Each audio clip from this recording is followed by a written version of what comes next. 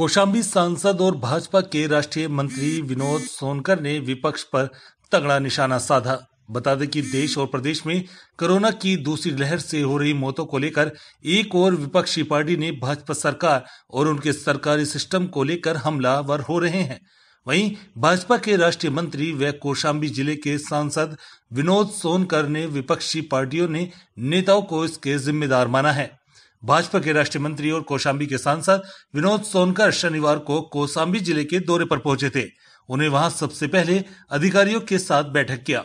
उन्होंने अधिकारियों के साथ बैठक करते हुए कोरोना संक्रमण की स्थिति का जायजा लिया। इसके साथ ही उन्होंने अधिकारियों से कोरोना की तीसरी लहर को तैयारियों के बारे में पूछताछ किया। इस दौरान जिले के तीनों भाजपा विधायकों, जिलाधिकारियों, सीएमओ समेत जिले के आला अधिकारी और सभी सीएचसी पीएचसी के प्रभारी चिकित्सा अधिकारी उपस्थित रहे। अधिकारियों के साथ बैठक के बाद भाजपा के राष्ट्रीय मंत्री और सांसद विनोद सोनकर ने एक प्रेस कॉन्फ्रेंस का भी आयोजन किया। विनोद सोनकर ने प्रेस कॉन्फ्रेंस में जिले में कोरोना की मौजूदा स्थिति और तीसरी लहर से पहले हुई तैयारियों के बारे में मीडिया कर्मियों को अवगत कराया। इसके साथ ही उन्होंने बताया कि सरकार के निर्देश पर जिला प्रशासन लोगों को वैक्सीनेशन के बारे में जागरूक कर रहा है। मीडिया से बात करते हुए विनोद सोनकर ने राहुल गांधी और अखिलेश यादव पर निशाना साधा। उन्होंने निशाना साधते हुए कहा कि जब देश के वैज्ञानिकों ने खोजबीन कर कोरोना वायरस से निजात दिलाने वाली वैक्सीन लेकर आए, तब कांग्रेस के एक बड़े नेता ने वैज्ञानिकों का अभिनंदन करने के बजाय वैक्सीन को लेकर कहा कि इस वैक्सीन को लॉन्च करने से पहले जितने ट्रायल की जरूरत थी उतने ट्रायल नहीं किए गए। उन्होंने कहा कि उत्तर प्रदेश के पूर्व मुख्यमंत्री ने इस वैक्सीन को भाजपा का वैक्सीन बताकर लोगों में भ्रम पैदा कर दिया, जिसके कारण लोगों ने वैक्सीन से दूरी बना ली और यही कारण रहा कि देश और प्रदेश में कोरोना की दूसरी लहर के कारण सबसे ज्यादा मौतें हुई। कौशाम्बी से सुनील साहू की रिपोर्ट, प्राइम 80 न्यूज।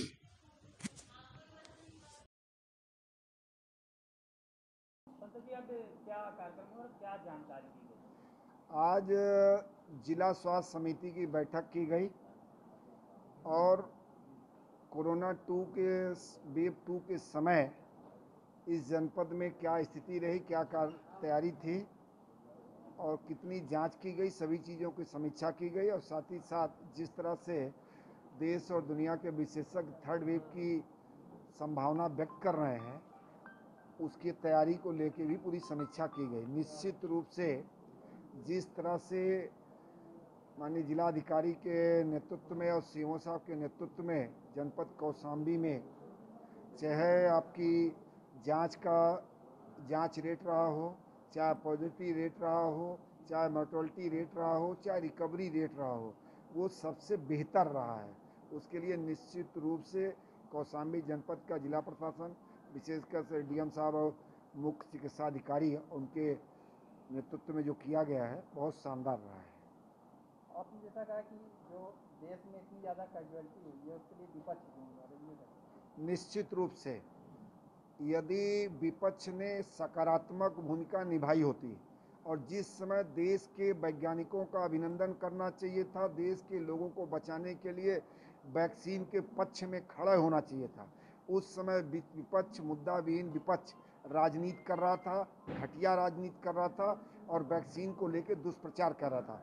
कांग्रेस के एक बड़े नेता ने आरोप लगाया था कि किसी वैक्सीन को लॉन्च करने के लिए जितने ट्रायल की ज़रूरत है, ये वैक्सीन उन ट्रायल को नहीं किया गया है।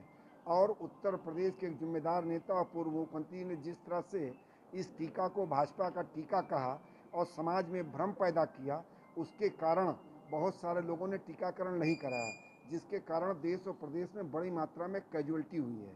अगर वो लोग टीका हुआ होता तो निश्चित रूप से ऐसे कैजुअलिटी से हम लोग बच सकते थे। प्रदेश में जो पंचायती चुनाव हुए 1600 तकरीबन शिक्षकों की मौत हुई है, तो क्या ये नहीं समझा जाए कि इसकी मौत की जिम्मेदार योगी सरकार होती है?